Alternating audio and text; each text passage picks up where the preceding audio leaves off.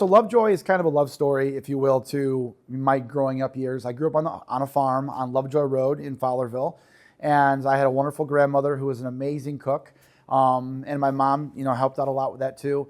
And I grew up kind of in a farm, and we'd always come in, and the biggest meal on a farm is always midday. And I always thought, wouldn't it be fun to kind of capture that memory and those moments into a restaurant, and kind of getting back to a time past where people broke bread together and celebrated life together and things of that nature. And so kind of the whole idea behind the restaurant is to kind of connotate that feeling and warmth of your childhood and those memories you have around that kind of family table with your grandmother's kitchen, and kind of bring that into a culinary kind of concept. So a lot of the dishes that we're gonna have on the menu at Lovejoy are things that my grandmother would cook for me. So meatloaf, for example, roast chicken, pierogies, homemade bread and butter, a delicious garden salad, mac and cheese, all the things that we kind of grew up with, I wanna have on the menu at Lovejoy.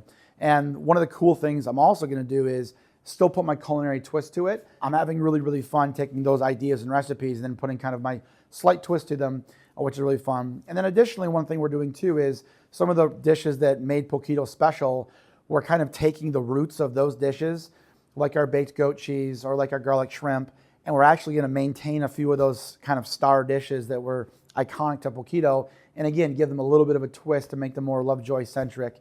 And so it's gonna be a really fun juxtaposition of the menu with new items kind of that I grew up with on the farm, mixed with a few Poqutio favorites too.